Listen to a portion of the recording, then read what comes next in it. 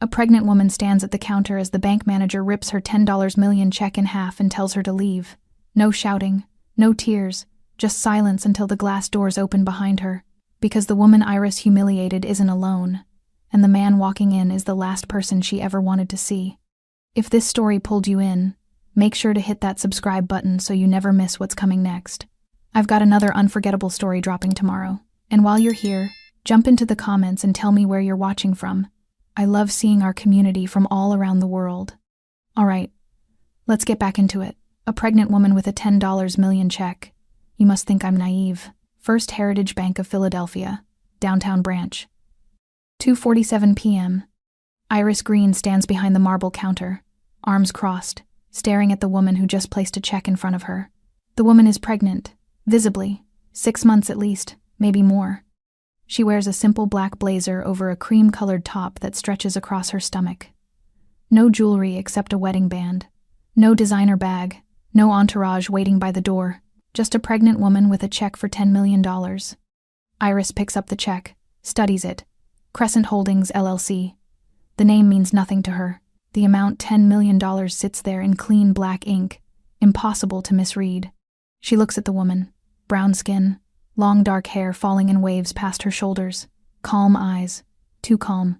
Iris has worked in banking for 17 years. She knows desperation when she sees it. She knows confusion. She knows when someone is in over their head. This woman is pregnant. Probably emotional. Probably overwhelmed. Probably handed this check by someone who told her it was real. And now she's here, hoping Iris won't notice. "Ma'am," Iris says slowly, the way you speak to someone who might not understand. "Do you know what this check is for?" The woman doesn't blink. "Yes, $10 million. Yes." Iris sets the check down. "And you're trying to deposit this today? That's why I'm here." There's no nervousness in her voice, no hesitation. That bothers Iris more than anything. Scammers are usually jittery. Fraudsters stumble over details. This woman stands perfectly still, one hand resting on the counter, the other on her rounded stomach.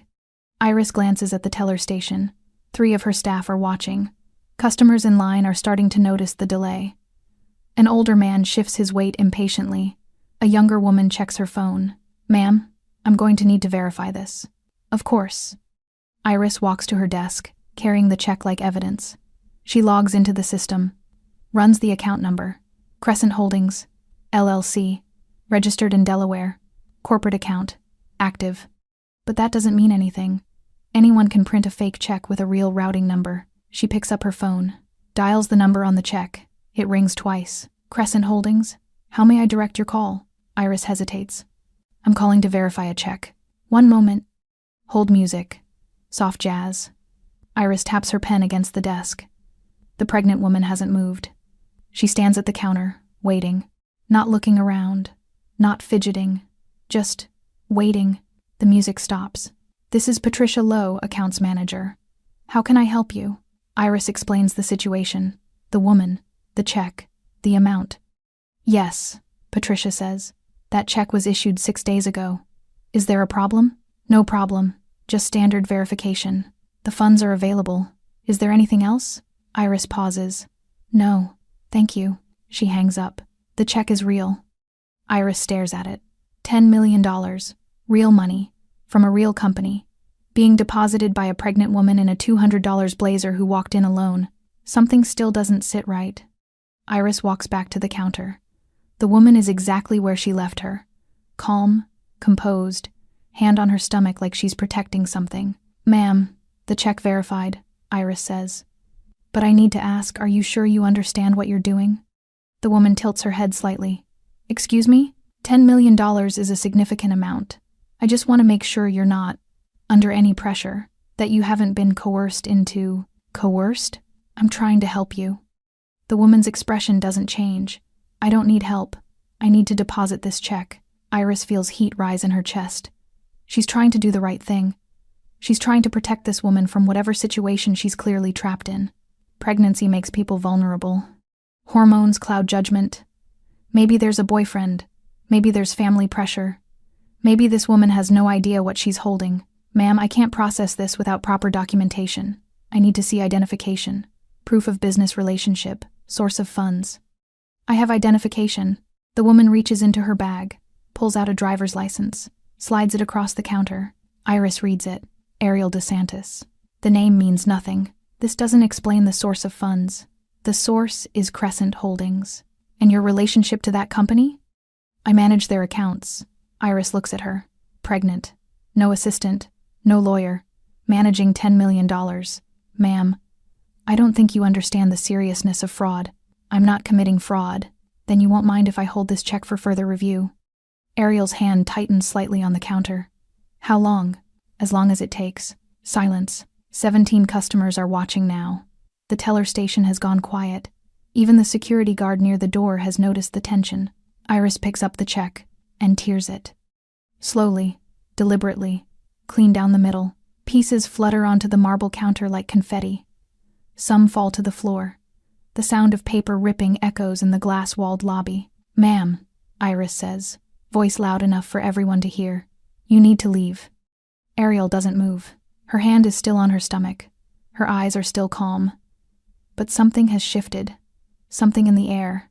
In the way she's standing. She doesn't argue, doesn't raise her voice, doesn't demand a manager. She just watches Iris. The glass doors open behind her. Footsteps. Steady, deliberate. A man walks into the bank. Black suit, no tie. White shirt open at the collar. Tattoos visible along his neck. Dark beard, hair slicked back. He moves like someone who doesn't need to announce himself. The teller at Station 3 goes pale. The assistant manager near the vault stops mid-step. Iris watches the man walk directly to Ariel. He doesn't look at anyone else. Doesn't acknowledge the torn check on the floor. He places one hand on Ariel's lower back. Protective. Final. Someone whispers a name. DeSantis. Iris's stomach drops. The regional director appears from the back office. His face is white. He's moving fast. Mrs. DeSantis. His voice is too loud. Too desperate. I'm so sorry, there's been a misunderstanding. Everything stops. Iris stares at the man in the black suit. At the pregnant woman she just humiliated. At her boss, offering apologies to someone he's never met but clearly knows by name. The man Alessio DeSantis doesn't speak. He just looks at Iris. And Iris realizes she's made a terrible mistake. 3 years earlier, Ariel Navarro sits in a conference room that smells like leather and old money. 23 years old. Business degree from Temple University. Student loans that'll take a decade to pay off. And a job interview with a man whose name she's never heard but whose reputation arrived before he did. You understand what this position requires? The lawyer across from her doesn't smile. Doesn't waste time with small talk. Financial management. Offshore accounts. Discretion. Discretion, the lawyer repeats. That's the only word that matters. Ariel has been working 2 jobs since graduation. Accounting firm by day. Waitressing at night. She's good with numbers. Better with patterns. Best at knowing when not to ask questions. The lawyer slides a folder across the table. Mr. DeSantis owns 17 legitimate businesses, restaurants, real estate, import-export. You'll manage the accounts that keep them running. You won't manage anything else. You won't see anything else. Understood? Understood. He doesn't meet with employees. If you're good at your job, you'll never see him. If you see him, something's gone wrong. Ariel nods. She takes the job. For 8 months, she doesn't see Alessio DeSantis. She manages wire transfers, reconciles invoices, structures LLCs inside holding companies inside trusts. She learns how to move money without leaving footprints, how to make $500,000 look like $50,000 on paper, how to build legal walls around illegal cash. She never asks where the money comes from. Then one night, she stays late at the office, a converted brownstone in South Philadelphia where no sign marks the door. She's balancing accounts for a seafood distributor that somehow moves twice the product its boats can carry. The door opens. Alessio DeSantis walks in. Ariel has seen pictures, surveillance photos and news articles about organized crime, federal investigations that go nowhere. But pictures don't capture presence, the way a man can fill a room without saying a word. He's older than her by 15 years. Tattoos crawl up his neck, symbols she doesn't recognize. His suit is expensive but worn like he doesn't care about money. Only function. You're Ariel. Yes. He walks to her desk, looks at the spreadsheet on her screen. You found the discrepancy in the Newport account. Yes. No one else caught it. They weren't looking for it. Alessio studies her. You know what that money was. It's not a question. Ariel closes the laptop.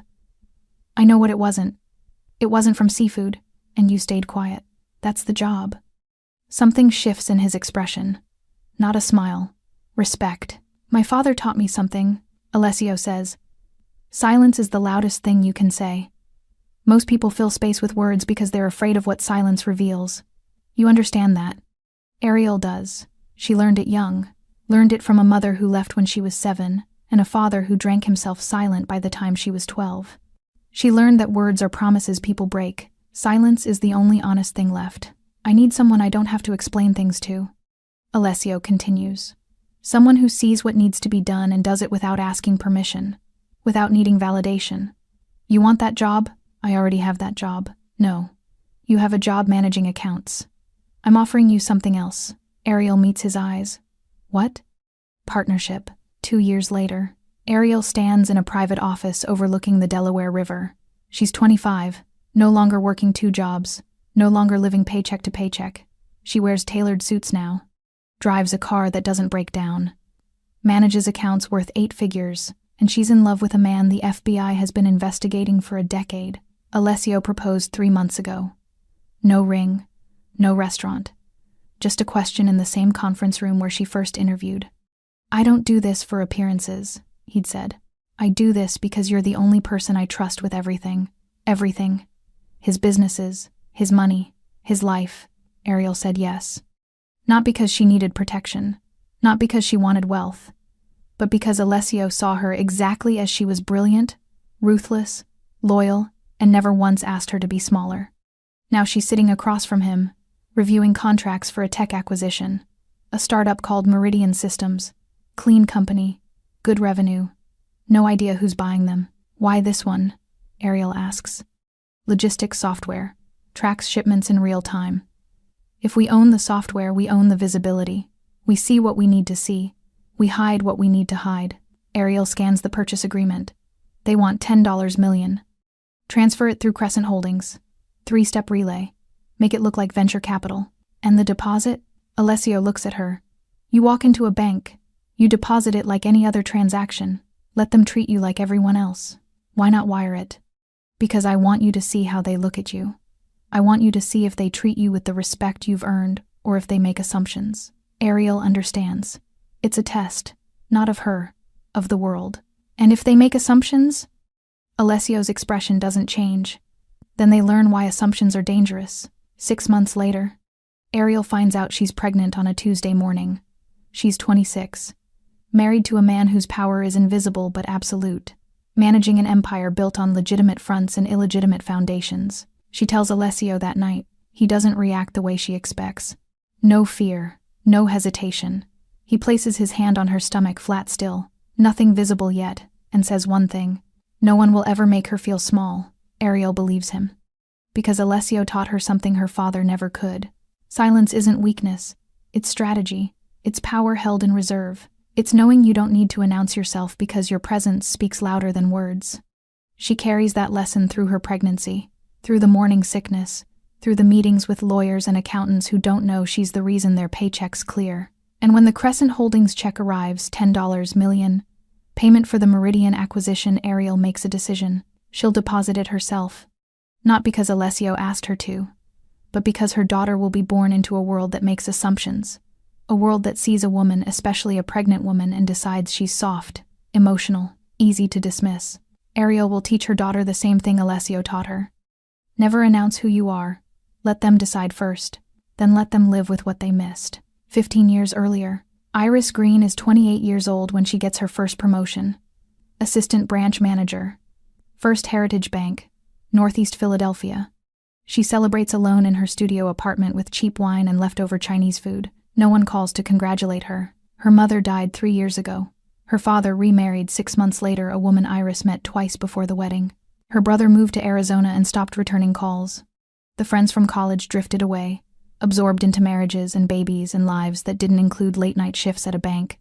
But Iris has something they don't. Authority. She wears it like armor. The title, the nameplate on her desk, the way people look at her when she walks into a room. She's not the girl who got bullied in high school anymore. Not the college student professors ignored. Not the daughter her father replaced.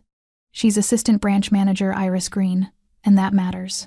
8 years later, Iris is 36, senior branch manager, downtown Philadelphia, corner office with windows overlooking Market Street, salary that lets her buy a condo in a building with a doorman. She's good at her job. Excellent, even. She knows regulations like scripture, knows how to spot fraud before it reaches the teller window, knows which customers are worth accommodating and which ones are wasting everyone's time.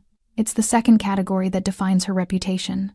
You have to trust your instincts, she tells her staff during Monday morning meetings. The numbers don't lie, but neither do people's faces. You can see it in their eyes, the ones who don't belong. Her assistant manager, Julie, nods. Young, eager, desperate to impress. What should we look for? Nervousness, inconsistent stories, people who overdress or underdress for the amount they're handling, people who look.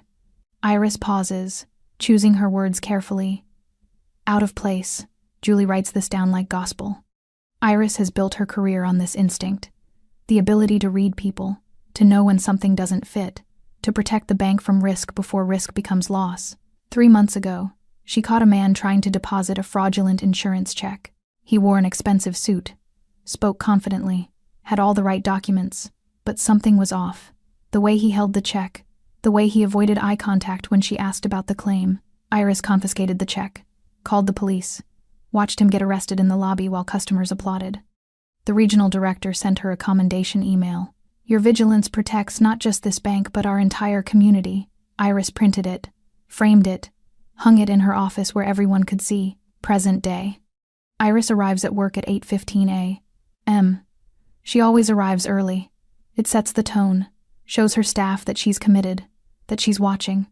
The downtown branch is busy by 9 a.m. Business accounts, wire transfers, high net worth clients who expect white glove service. Iris has cultivated this clientele carefully. The bank's reputation depends on discretion, efficiency, and most importantly, security. By 2 p.m., she's handled 3 corporate deposits, resolved 2 customer complaints, and denied 1 mortgage application for insufficient documentation. She's good at saying no. It's a skill most people lack. They want to be liked, want to avoid conflict. Iris learned years ago that being liked doesn't matter. Being respected does. At 2:47 p.m., she notices the woman at the counter. Pregnant. Mid-20s, maybe early 30s. Dark hair, simple blazer. No entourage, no assistant, no lawyer hovering with briefcases and business cards. Just a pregnant woman standing at the counter, waiting for a teller.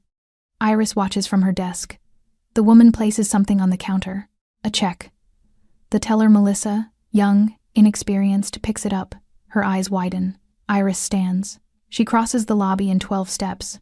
Professional, purposeful, the way a manager should move when something requires attention.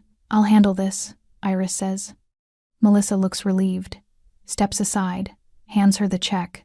Iris looks at it. $10 million. $10 million.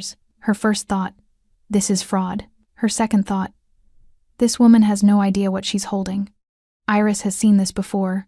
Vulnerable people manipulated by scammers, promises of inheritances, lottery winnings, settlements from lawsuits that never happened. They walk into banks with fake checks and real hope, and when the check bounces, they're left with nothing. But this woman is pregnant, which makes it worse. Someone is taking advantage of her. Someone convinced her this check is real, sent her here to deposit it, probably waiting outside to take the money the moment it clears.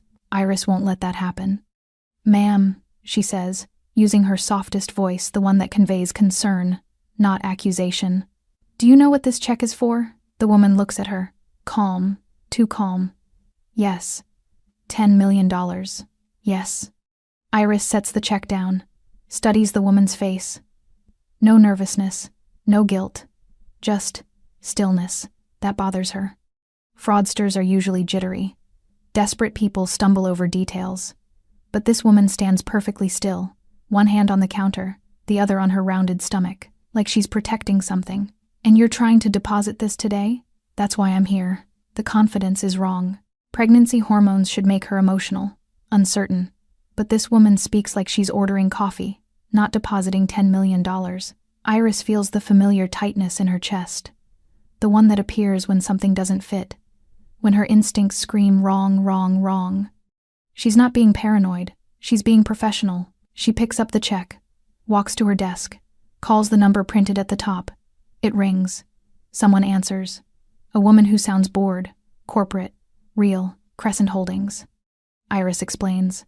The woman, Patricia, something confirms the check. Says the funds are available. Says there's no problem. Iris hangs up. The check is real. But that doesn't mean the woman knows what she's doing. That doesn't mean she isn't being manipulated. That doesn't mean Iris should just process $10 million without asking questions. She walks back to the counter. The woman hasn't moved. Ma'am, I need to ask, are you sure you understand what you're doing? The woman tilts her head. Excuse me? $10 million is a significant amount.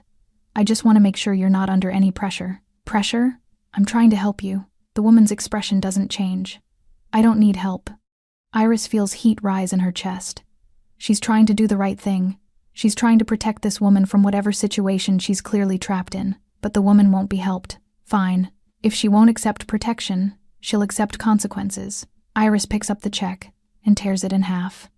The pieces of the check fall like snow. Ariel watches them scatter across the marble counter. Some land near her hand. Others drift to the floor. One piece catches the light from the overhead fluorescence, the fragment with the amount, $10 million, now torn cleanly through the middle. She doesn't bend to pick them up. Her hand rests on her stomach. 6 months. A girl. She can feel her daughter moving sometimes, small flutters that remind her why she's here, why she walked through these doors knowing exactly what would happen. Alessio told her once. People reveal themselves when they think you're powerless. Iris Green just revealed everything. Ma'am, Iris says, loud enough for the entire lobby to hear. You need to leave. 17 customers have stopped what they're doing. The elderly man in line behind Ariel clutches his deposit slip. A woman in a business suit pretends to check her phone but keeps glancing up. 2 tellers stand frozen at their stations. No one helps. No one says a word. Ariel expected this. Not because she's psychic. Because she's studied people her entire adult life. She knows how authority works, how it protects itself, how it punishes anyone who doesn't fit the narrative. She takes a breath. Slow, controlled. Then the air pressure in the room changes. The glass doors open behind her. Footsteps. Steady, deliberate. The sound of expensive shoes on polished marble. Ariel doesn't turn around. She doesn't need to. She knows that walk. Knows the rhythm of it, the weight of each step. The way Alessio moves through space like he owns it without ever announcing ownership. He stops beside her. His hand finds the small of her back. Warm, protective, final. He doesn't look at Iris. Doesn't acknowledge the torn check on the counter. Doesn't acknowledge the 17 witnesses watching this unfold. He just stands there. And everything stops. The teller at Station 3 goes pale. Melissa Young, 24, working here for 8 months, recognizes him first. Not his face, his presence. She's from South Philadelphia. Grew up 3 blocks from a restaurant Alessio owns. She's never met him, but she's heard the name whispered at family dinners. Heard her uncle talk about the man who runs things without running for office. Her hands shake as she steps back from her station. The assistant manager near the vault, David, 15 years at First Heritage. Meticulous, boring stops mid-step. He's staring at the tattoos visible above Alessio's collar, symbols he doesn't understand but recognizes as significant. Someone whispers a name. DeSantis. It spreads through the lobby like a match catching gasoline. Another whisper. That's Alessio DeSantis. Iris hears it. Here's the name that means nothing to her. Should mean nothing. But the way people are reacting, staff backing away, customers suddenly finding reasons to look elsewhere tells her she's missing something critical. Then she sees him. The regional director. Thomas Brennan. 53 years old. 26 years at First Heritage. A man who once made Iris wait 3 days to schedule a meeting. He's speed-walking from the back office. His tie is crooked. His face is white. He's moving faster than Iris has ever seen him move. Mrs. DeSantis. His voice cracks on the name. Too loud. Too desperate. I'm so sorry there's been a misunderstanding. Mrs. DeSantis. Iris's stomach drops. She looks at the pregnant woman. At the calm expression that never wavered. At the hand resting on her stomach. At the man in the black suit whose presence just emptied half the lobby. This isn't a scam victim. This isn't a confused pregnant woman who wandered in with a fraudulent check. This is someone's wife. Someone important. Thomas reaches them, slightly out of breath. He's not looking at Iris. He's looking at Alessio like a man who just realized he's standing too close to a fire. Mr. DeSantis, I apologize for... Alessio holds up one hand. Thomas stops talking immediately. Silence. Alessio still hasn't looked at Iris. His eyes are on Thomas. Patient. Waiting. My wife came here to deposit a check, Alessio says. His voice is quiet. Controlled. The kind of quiet that makes people lean in to hear. A legitimate check from a legitimate account. She was treated like a criminal. Thomas's face goes from white to gray. I will process it immediately. There's no problem, I can assure you. There is a problem. 3 words. That's all it takes. Thomas stops breathing. Alessio finally looks at Iris. She's never felt this before. This kind of attention. It's not anger. Anger would be easier. This is assessment. Like he's studying something broken.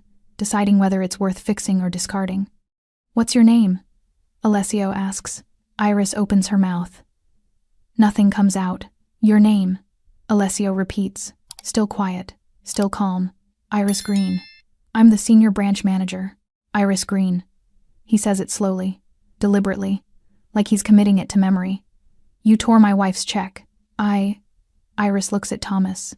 At the pieces of paper still scattered on the counter. At Ariel, who hasn't moved, hasn't spoken, hasn't done anything except watch. I was protecting her. I thought. You thought what? I thought she was being scammed. I thought someone was taking advantage. Of a pregnant woman. Yes. Alessio nods. You saw my wife. Saw her stomach. Decided she couldn't possibly understand what she was holding. Decided she needed you to save her from herself. Iris's throat is dry. I was doing my job. Your job is to process transactions, not to make assumptions about who deserves respect. The words land like stones. Thomas jumps in. Mr. DeSantis, I assure you, this doesn't represent First Heritage's values. We pride ourselves on... I don't care about your values. Alessio's eyes stay on Iris. I care that my wife walked into this bank with a legitimate check and was humiliated in front of 17 people. Ariel finally speaks. Her voice is soft, steady, the first words she's said since Alessio arrived. What's your full name, Iris? Iris blinks. What? Your full name. For the record, Iris Ann Green. Ariel nods. Once. Like she's filing it away somewhere permanent. Then she turns to Alessio. We're done here. Alessio's hand is still on her back. He guides her toward the doors. Not rushing. Not fleeing. Just leaving. Because they can. Thomas follows them 3 steps. Mrs. DeSantis, please, we can reissue the check immediately. We can... Ariel stops. Turns. Looks at Thomas with the same calm expression she's worn since she walked in. No thank you, she says. I'll take my business elsewhere. Then she's gone. The glass doors close behind them. The lobby is silent. 17 people stand frozen. And Iris realizes her hands are shaking. The parking garage smells like concrete and exhaust fumes. Ariel walks slowly. Not because she's tired. Because Alessio's hand is still on her lower back, guiding her. And she knows he's watching her breathing. Making sure she's steady. Making sure the baby's okay. I'm fine, she says. I know, but his hand doesn't move. They reach the car, a black Audi sedan, tinted windows, nondescript. The kind of car that doesn't attract attention. Alessio opens the passenger door.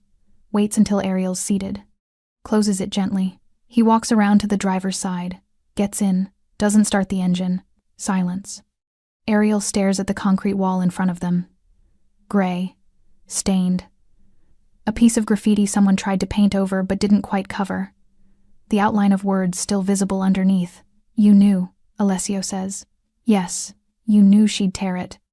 Ariel turns to look at him. I knew she'd reveal herself. Alessio's jaw tightens.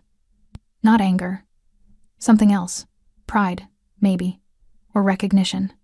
He's seen this in her before, the ability to walk into a situation knowing exactly how it will unfold and letting it happen anyway. She put her hands on you, he says quietly. She tore a piece of paper. In front of 17 people. While you're carrying our daughter. Ariel places her hand on her stomach. Our daughter is fine. That's not the point. Then what is? Alessio exhales. Long, controlled. The kind of breath that comes before a decision gets made. The point is respect. You earned it. She denied it. And now she learns what that costs. He pulls his phone from his jacket pocket, unlocks it, scrolls through contacts. Ariel watches him. Who are you calling? Someone who owes me a favor. Alessio, this isn't negotiable. His thumb hovers over a name. Ariel can't see it from this angle, but she knows how this works. Alessio doesn't make threats. doesn't raise his voice, doesn't send messages wrapped in violence. He makes phone calls, and things happen, quietly, efficiently, permanently. Wait, Ariel says. Alessio looks at her. Let me think about this. There's nothing to think about. Yes, there is. Ariel shifts in her seat, turning to face him fully. You taught me something. You said silence is power. That the loudest thing you can do is nothing and let people destroy themselves wondering what you're going to do. Alessio's expression doesn't change, but she sees something flicker in his eyes. Consideration. She's already terrified, Ariel continues. You saw her face. She knows who you are now. She knows who I am. And she's going to spend every day waiting for consequences. Good. So let her wait. Alessio studies her. You're too kind. I'm not kind. I'm strategic. Ariel leans back, one hand still on her stomach. If you make a call now, she gets fired. Someone else gets hired. Life moves on. But if we do nothing, she sits with what she did. She wonders when the other shoe will drop. She sees my face every time she closes her eyes. Silence. Alessio puts the phone back in his pocket. 1 week, he says. What? I'll give it 1 week. If she's still sleeping soundly after 7 days, then I make the call. Ariel smiles. Small. Satisfied. Deal. Alessio starts the engine.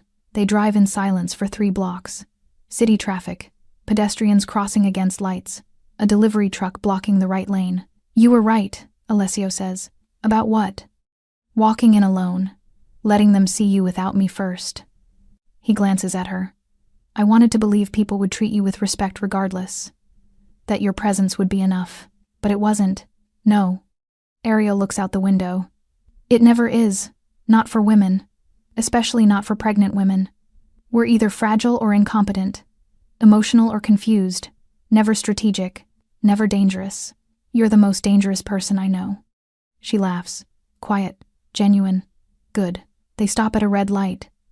An old man crosses the street with a walker. Slow. Deliberate. Everyone waits. I'm sorry, Alessio says. Ariel turns to him. For what? For not being there sooner. You were exactly on time. I should have been with you from the beginning. Then she never would have shown me who she is. She would have smiled, processed the check. Treated me like royalty, not because I earned it, but because you were standing next to me. Ariel shakes her head. I needed to see it. The way she looked at me, the assumptions she made, the disrespect she felt entitled to give. The light turns green. Alessio accelerates. Our daughter won't have to do this, he says. No, she won't, because we'll teach her something different. What? Ariel looks at him. That silence isn't submission. That waiting isn't weakness. That the people who underestimate you are handing you the knife to cut them with. Alessio reaches across the console, takes her hand, squeezes once. They drive home in comfortable silence. Inside the car. 3:34 p.m. Alessio pulls into the driveway of their house, a restored colonial in the suburbs. White fence, garden that Ariel tends herself. Normal, unremarkable. The kind of house that doesn't attract attention. He turns off the engine. Sits there. What are you thinking? Ariel asks. I'm thinking about how that woman looked at you. Like you didn't belong. Like you couldn't possibly be who you are. And I'm thinking about the fact that she only showed respect after she saw me. Not because of you, because of me. Ariel unbuckles her seatbelt. That's the world we live in. Doesn't make it right. No, but it makes it predictable. She opens the door, steps out slowly. Alessio's already there, hand out to steady her. She doesn't need it, but she takes it anyway. The question isn't whether people respect us. It's whether we let their disrespect go unanswered. Alessio closes her door, locks the car. And your answer? Ariel looks up at him. Some lessons take time to deliver, but they always arrive. They walk to the front door together. Alessio's hand finds her back again. Protective. Permanent. Inside, the house is quiet. Safe. Theirs. Ariel sits on the couch. Alessio brings her water, sits beside her. Doesn't turn on the TV, doesn't check his phone, just sits. 1 week, he says again. 1 week, Ariel agrees, but they both know. The lesson's already started. Iris just doesn't know it yet. 3:52 p.m. Inside the car, Alessio sits in the driveway for 3 more minutes after Ariel goes inside. Engine off, windows up, phone in his hand. He told her 1 week. He meant it. But there's a difference between making a call that destroys someone immediately and making a call that sets consequences in motion. Consequences that arrive slowly, quietly, the way water erodes stone. He scrolls through his contacts, stops on a name, Richard Halloway, Chief Operating Officer at Keystone Financial Group, First Heritage Bank's parent company, a man who's been in Alessio's pocket for 6 years, ever since Alessio helped him restructure a debt that would have ended his career. Alessio presses call. 2 rings. Alessio. Richard's voice is careful, always careful. I wasn't expecting to hear from you. I need you to look into something. Of course. What is it? First Heritage, downtown branch, senior branch manager named Iris Green. Silence on the other end. Not confusion. Recognition. Richard knows that when Alessio asks him to look into something, it's not a request for information. It's a directive. What did she do? She disrespected my wife. 3 words. That's all it takes. Richard exhales slowly. Understood. What are you thinking? Nothing immediate. I want an audit. Full compliance review. The kind that takes weeks and finds problems in places people thought were clean. You want her flagged. I want her watched. Every decision she's made in the last 5 years. Every account she's touched. Every customer she's turned away. I want a pattern established. And when we find the pattern, you put her on administrative leave, pending investigation. That'll take time. I have time. Richard pauses. Alessio can hear him thinking, calculating the risks, the exposure, the questions that might get asked. This won't come back on you? Richard asks. It never does. Okay, I'll start the audit Monday. It'll be clean, professional. No indication it's connected to anything personal. Good. Alessio. Richard hesitates. What exactly did she do? Alessio looks at the house, at the living room window where he can see Ariel's silhouette moving behind the curtains. She's probably making tea. The herbal kind she's been drinking since the pregnancy. Chamomile and ginger. She tore a $10 million check in my wife's face. While my wife is 6 months pregnant, in front of 17 witnesses. Silence. Jesus. Richard whispers. She assumed my wife was incompetent. Assumed she was being scammed. Assumed she needed saving. Alessio's grip tightens on the phone. She never asked questions. Never showed respect. She made a judgment based on what she saw. A pregnant woman with a check that didn't fit her narrative. I'll handle it. I know you will. Alessio ends the call. Sits there for another 30 seconds. Then he gets out of the car and goes inside. Monday. 9:17 a.m. First Heritage Bank. Iris arrives at work the same time she always does. 8:15 a.m. Coffee from the place 2 blocks away. Black, no sugar. She unlocks her office, turns on her computer, checks her emails. 34 unread messages. The first one is from Thomas Brennan. Subject line, immediate action required. Iris's stomach tightens. She clicks it. Iris. Effective immediately. Keystone Financial Group will be conducting a comprehensive compliance audit of all downtown branch operations. This is standard procedure and reflects our ongoing commitment to regulatory excellence. Please prepare all account records, transaction logs, and customer interaction reports for the past 5 years. The audit team will arrive Wednesday at 9 a.m. Ensure full cooperation from all staff. Thomas. Iris reads it twice. Compliance audit, 5 years. She's been senior branch manager for 8 years. She's passed every audit, every review, every inspection. This is routine. It has to be routine, but the timing. 3 days after Alessio DeSantis walked into her branch. 3 days after she tore that check. 3 days after his wife walked out and said she'd take her business elsewhere. No. This is coincidence. It has to be. Banks do audits all the time. Keystone probably schedules them quarterly. This has nothing to do with. Her phone buzzes. Text from Julie, her assistant manager. Did you see the email? What's going on? Iris types back. Standard audit. Nothing to worry about. But her hands are shaking. Wednesday. 9:03 a.m. The audit team arrives in gray suits and rolling briefcases. 3 people. 2 men. 1 woman. They don't smile. Don't make small talk. They set up in the conference room and start requesting files. Transaction records for the last 5 years. Customer complaints. Denied applications. Escalation reports. Every decision Iris has made, documented and indexed. By noon, they've filled 2 tables with manila folders. By 3 p.m., they're asking questions. Mrs. Green, Can you explain why this mortgage application was denied? Iris looks at the file. A couple. Black. Combined income of $140,000. Credit score of 720. Denied for insufficient documentation. They didn't provide proof of employment, Iris says. They provided pay stubs and W-2 seconds. The pay stubs were unclear. How so? Iris stares at the file. She remembers this couple. Remembers the way they dressed. Too casual for a mortgage meeting. Jeans and sneakers. Like they didn't take it seriously. I used my discretion, Iris says. The auditor writes something down. And this one? He slides another file across the table. A woman, Hispanic, denied a business loan. Credit score of 690. 3 years of tax returns showing steady profit. High-risk industry, Iris says. It's a bakery. Food service has a high failure rate. The auditor nods, writes again. 3 more files. 3 more denied applications. By 5 p.m., Iris's office feels smaller. The walls closer. The fluorescent lights too bright. Friday, 4:47 p.m. Iris is at her desk when Thomas walks in. He doesn't knock, doesn't sit, just stands in the doorway with an expression she's never seen before. Not anger, pity. Iris, we need to talk. Her stomach drops. About what? The audit found some inconsistencies. What kind of inconsistencies?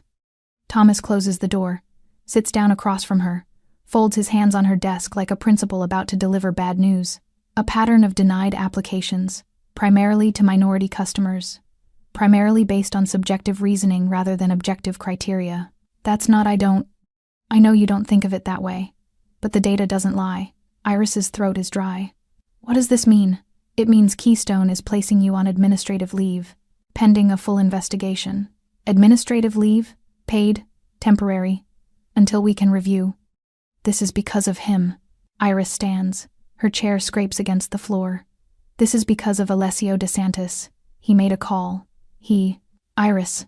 Thomas's voice is sharp. Final. This has nothing to do with any individual customer. This is about compliance, about patterns, about decisions you've made over years. I was doing my job. Your job is to serve customers, not to judge them. The words hit like a slap. Thomas stands. Clear out your desk. Security will escort you out. Security? Standard procedure. Iris watches him leave. She sits back down, stares at her desk, at the framed commendation email from 3 months ago. Your vigilance protects our entire community. Her hands won't stop shaking. 3 weeks later, 10:23 a.m., Ariel walks into Sterling Private Trust, a boutique institution on Walnut Street. No neon signs, no chain bank branding. Just a brass plaque beside a mahogany door and a doorman who opens it before she reaches the handle. Good morning, ma'am. Good morning. Inside, the lobby doesn't look like a bank. It looks like someone's very expensive living room. Persian rugs, leather armchairs, fresh flowers on a side table. A chandelier that actually belongs in a space this size. No plastic ropes corralling customers into lines. No bulletproof glass separating tellers from people. No fluorescent lighting that makes everyone look half dead. Just quiet.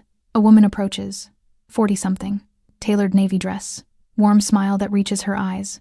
Mrs. DeSantis? Ariel nods. I'm Lauren Hewitt. We spoke on the phone. Please, come with me. Lauren doesn't look at Ariel's stomach and make assumptions. Doesn't ask if she needs to sit down. Doesn't speak slowly like Ariel might not understand banking terms.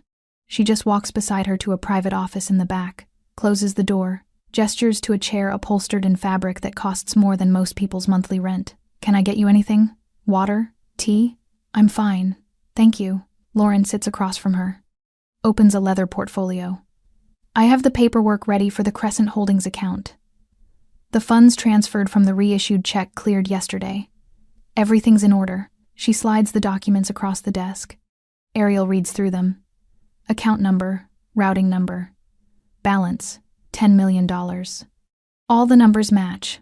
All the signatures are in place. This is just a formality, Lauren says. But I need your signature here, here, and here. Ariel signs.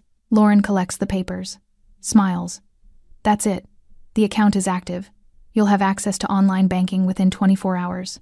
If you need anything wire transfers, cashier's checks, investment consultation, just call me directly. My personal number is on the card. She hands Ariel a business card. Embossed. Elegant. That's it? Ariel asks. Lauren tilts her head slightly. Were you expecting something more complicated? I was expecting questions.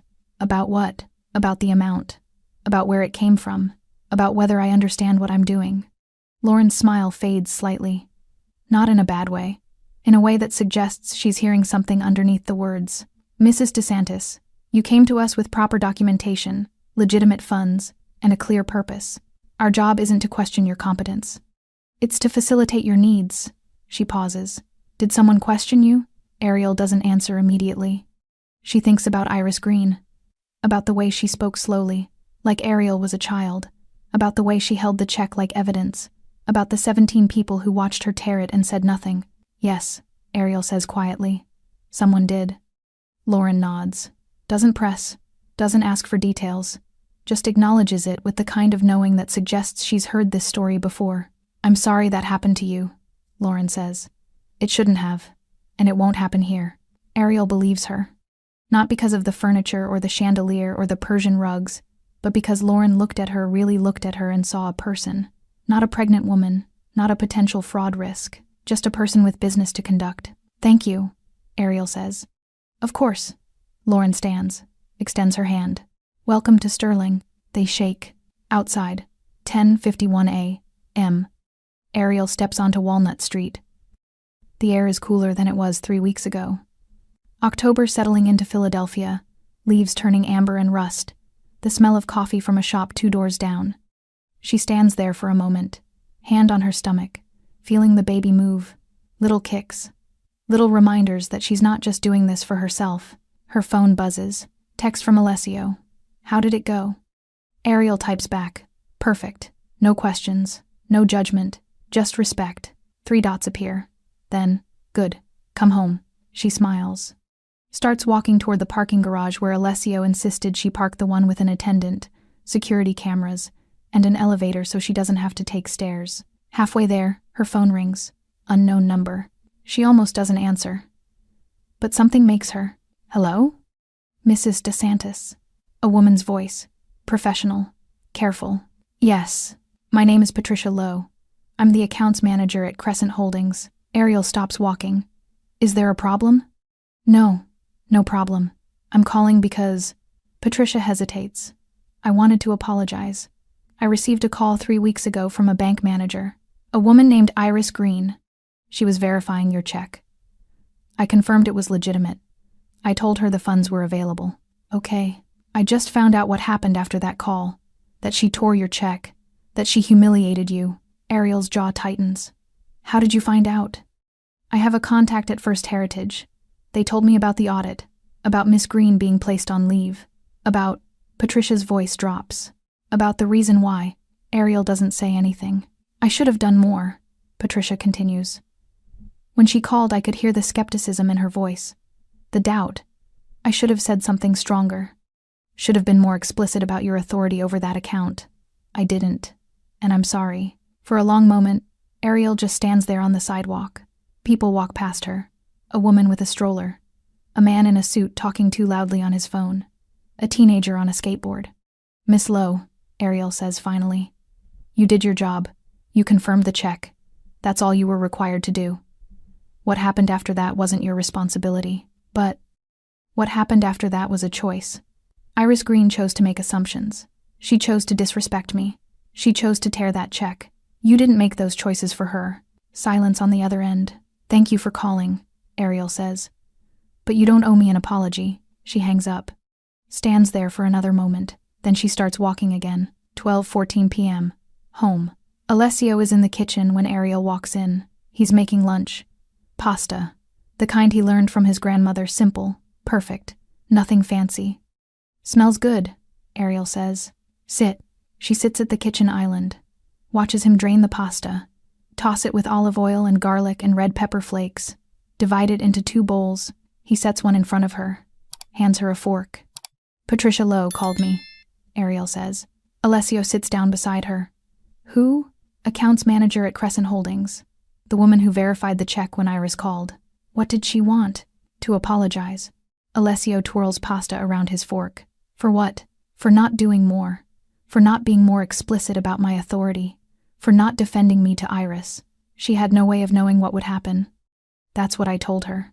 Ariel takes a bite. Perfect. Always perfect. But she felt responsible anyway. They eat in comfortable silence. After a while, Alessio says, "You smiled." "What?" "When you walked in, you smiled. First time since." "I know." He looks at her. "Why?" Ariel sets down her fork. "Because at Sterling, they treated me like a person. Not a risk. Not a problem. Not someone who needed saving." She pauses. "They treated me the way I should have been treated from the beginning." Alessio reaches over, takes her hand. "That's how you'll always be treated. From now on." Ariel squeezes his hand. "I know." They finish lunch. And for the first time in 3 weeks, Ariel doesn't think about Iris Green. She thinks about her daughter. About the world she's building for her. About respect that doesn't need to be demanded because it's already there. Week 1, Monday, 11:42 a.m. Iris sits in her condo. Same place she's been sitting for 3 days. Same couch. Same view of the city through windows she paid extra for. Same silence that used to feel like peace but now feels like judgment. Her phone is on the coffee table, face down. She hasn't checked it in 2 hours. Hasn't checked her email since Friday when Thomas walked her out of the bank with a security guard 3 steps behind like she was a criminal. Administrative leave. Pending investigation. Those words loop in her head like a song she can't stop hearing. She picks up her phone. Unlocks it. Opens her email app even though she knows she shouldn't. Even though her lawyer, the one she hired Saturday morning, told her not to engage with anything related to work until the investigation concludes. 47 unread emails. She scrolls through them. Most are automated notifications. System updates. Promotional messages from companies she doesn't remember signing up for. 3 are from colleagues. She opens the first one. From Julie, her assistant manager. "Iris, I heard what happened. I'm so sorry. If you need anything, let me know." Generic. Safe. The kind of message someone sends when they want to appear supportive without actually taking a risk.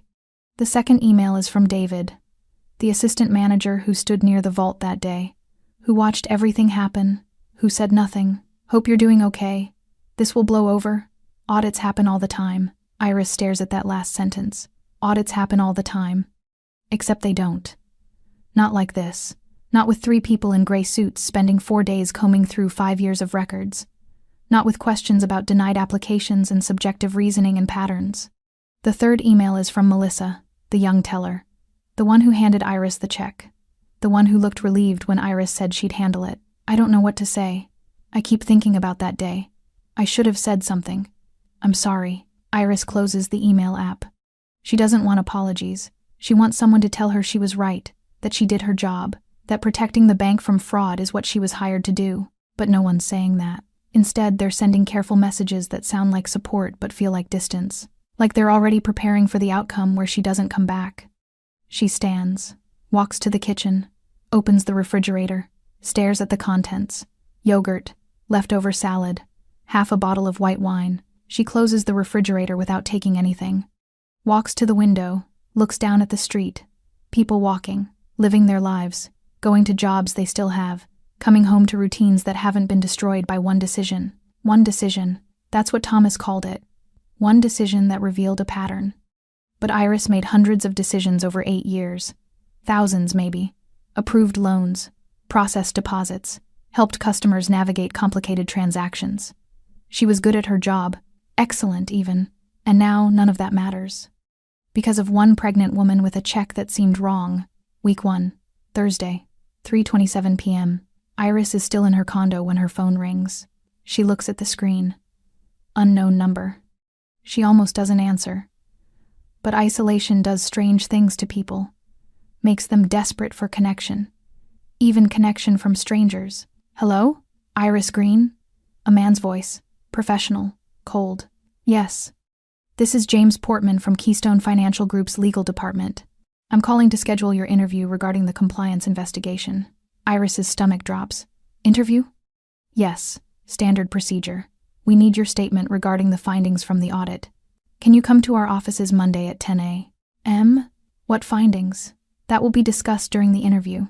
I have a right to know what I'm being accused of. You're not being accused of anything. This is an investigation. The interview is part of the process." Iris sits down. Her legs won't hold her anymore. "What if I don't come? Then we'll proceed without your statement." "Which I wouldn't recommend." Am I being fired? Silence on the other end.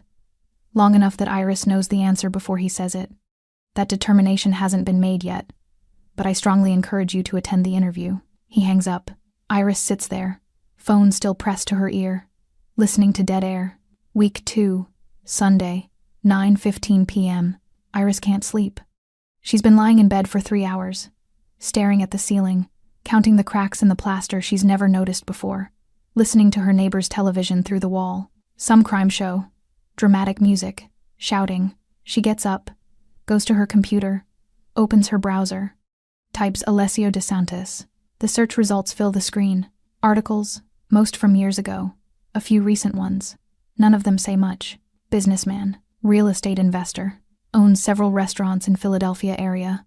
Nothing concrete, nothing specific, just vague descriptions of a man who apparently owns things but doesn't appear in public much. She scrolls down, finds an article from 8 years ago, a federal investigation into organized crime. Alessio's name mentioned once. Near the end, in a list of people authorities interviewed but never charged, another article, 6 years old, a fire at one of his restaurants, ruled accidental. Insurance paid out. Restaurant rebuilt within 4 months. Nothing that proves anything, but nothing that disproves anything either. Iris closes the browser, opens a new tab, types, Ariel DeSantis, almost nothing. A wedding announcement from 3 years ago, small mention in the society section of a local paper. Ariel Navarro married Alessio DeSantis in a private ceremony. That's it. No social media, no LinkedIn profile, no digital footprint beyond that one announcement. Iris stares at the screen. She tore a check belonging to a woman who doesn't exist online.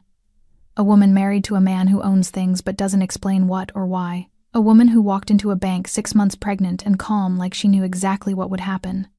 And now Iris is sitting in her condo at 9:15 p.m. on a Sunday Googling people who don't want to be found. She closes the laptop, goes back to bed, doesn't sleep. Week 3, Wednesday, 2:34 p.m. Iris stands in her bathroom, staring at herself in the mirror. She's lost weight. Not intentionally, just stopped eating much. Yogurt in the morning, maybe a sandwich at lunch, nothing for dinner. Her clothes fit differently, looser. Her face looks thinner, older. She's 36, but right now she looks 45. Her phone buzzes. Text from her lawyer. Keystone made a decision. Call me. Iris picks up her phone. Dials. Her lawyer answers immediately. Iris, what decision? They're terminating your employment, effective immediately. The words don't land at first. They hover in the air like something foreign, something that belongs to someone else's life. On what grounds? Pattern of discriminatory lending practices.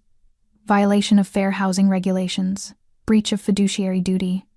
That's not I know, but they have documentation. Denied applications. All following similar patterns. All involving minority applicants. All based on subjective criteria. Iris sits on the edge of her bathtub. What do I do?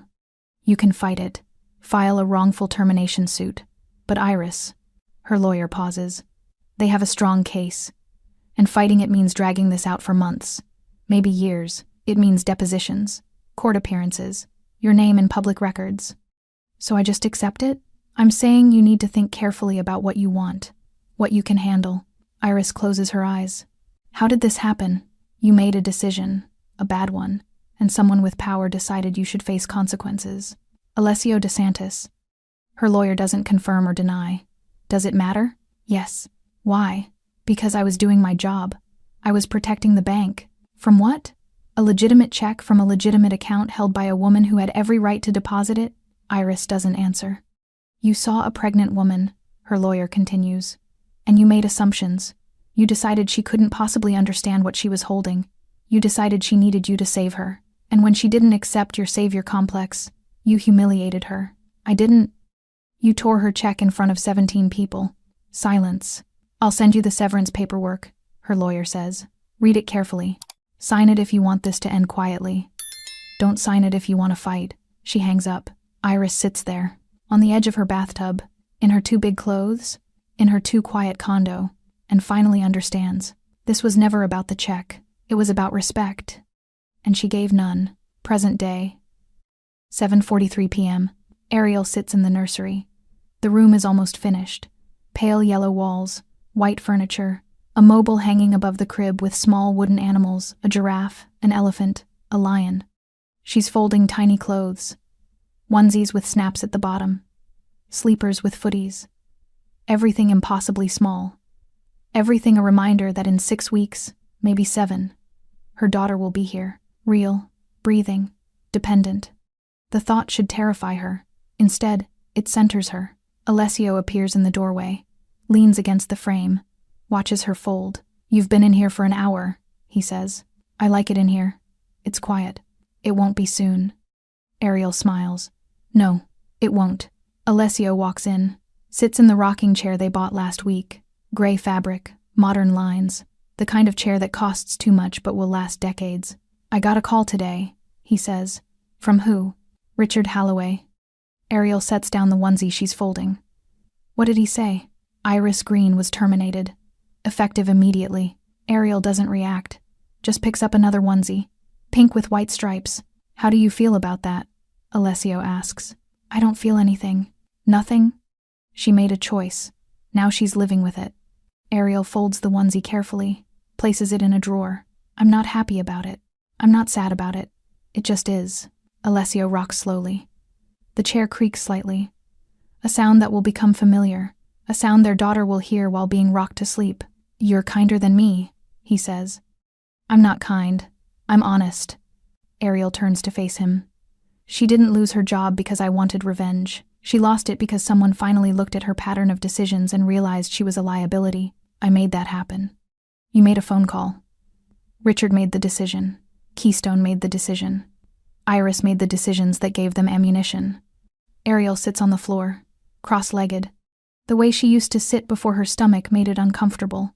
If she'd treated me with basic respect, if she'd processed the check without judgment, none of this would have happened. Alessio stops rocking. "You really believe that?" "I know that." Silence settles between them, not uncomfortable, just present. After a while, Alessio says, "What are you going to tell her?" "Who?" "Our daughter. When she asks about this, about what we did."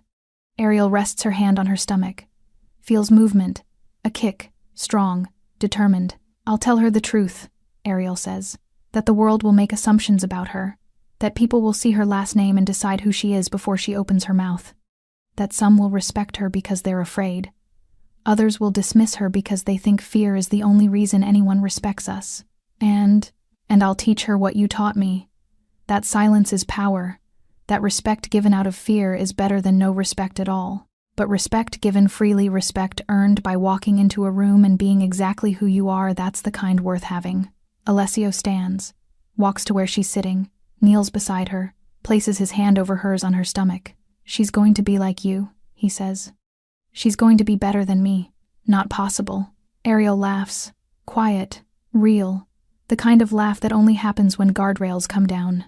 They sit like that for a while, hands on her stomach, feeling their daughter move, feeling the future press against the present.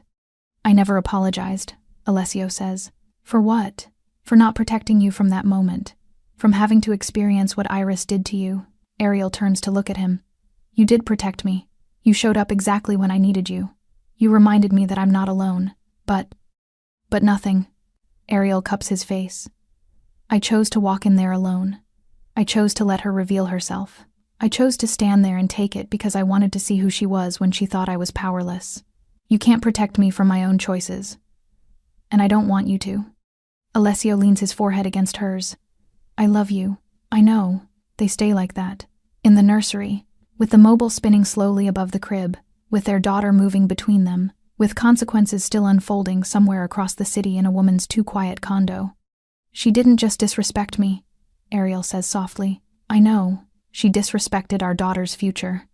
She looked at me, at us, and decided we didn't deserve dignity, didn't deserve the benefit of doubt, didn't deserve basic human respect. I know. And that's why she lost everything." Alessio pulls back, looks at her. "Not because I made a call. Not because you made a call," Ariel confirms. "Because she built her authority on judgment instead of service. And eventually that foundation cracks." "You sound like my grandmother." "Your grandmother was smart. She would have liked you. I would have liked her." They stand, slowly. Alessio helps Ariel up. She's heavier now, moving differently, but still graceful, still certain. They walk to the window. Look out at the neighborhood. Quiet streets. Houses with lights on. Families inside doing ordinary things. Eating dinner, watching TV, living lives that don't include torn checks or federal investigations or names that make people whisper. I want her to have this, Ariel says. What? Ordinary. I want her to grow up in a house where the worst thing that happens is a scraped knee or a bad grade. I want her to have birthday parties and sleepovers and friends whose parents don't Google our last name before approving playdates. That's not realistic. I know, but I want it anyway. Alessio wraps his arm around her. Then we'll give her as much of it as we can, and when the world shows her who we really are, who I really am, we'll teach her how to carry it, with silence. With silence. They stand there, watching the neighborhood, building the future in their heads, one decision at a time. 2 months later, January, 3:17 a.m. Ariel wakes to pain, not the kind she's felt before. Not the Braxton Hicks contractions the doctor warned her about. Real pain. Low. Tightening. She reaches for Alessio. He's already awake. It's time, she says. He doesn't panic, doesn't rush, just gets up, gets dressed, grabs the bag they packed 3 weeks ago. They drive to the hospital in silence. Comfortable. Familiar. The kind of silence they've built their marriage on. At 9:23 a.m., their daughter is born. 6 pounds, 7 ounces, dark hair, eyes that haven't decided what color they'll be yet, lungs that work perfectly. Announcing her arrival to everyone within 50 feet, the nurse places her on Ariel's chest. Warm, wet, screaming. Ariel looks down at her daughter and feels something shift. Not love, she's loved her since the first ultrasound. Something else. Responsibility, purpose, the weight of every decision she'll make from this moment forward. She's perfect, Alessio says. She is. The nurse smiles. Have you chosen a name? Ariel looks at Alessio. They discussed this, argued about it, went through family names and rejected them all, because neither of them wanted their daughter carrying the weight of someone else's legacy. Isabella, Ariel says.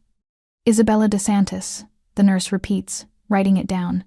Beautiful. She leaves them alone.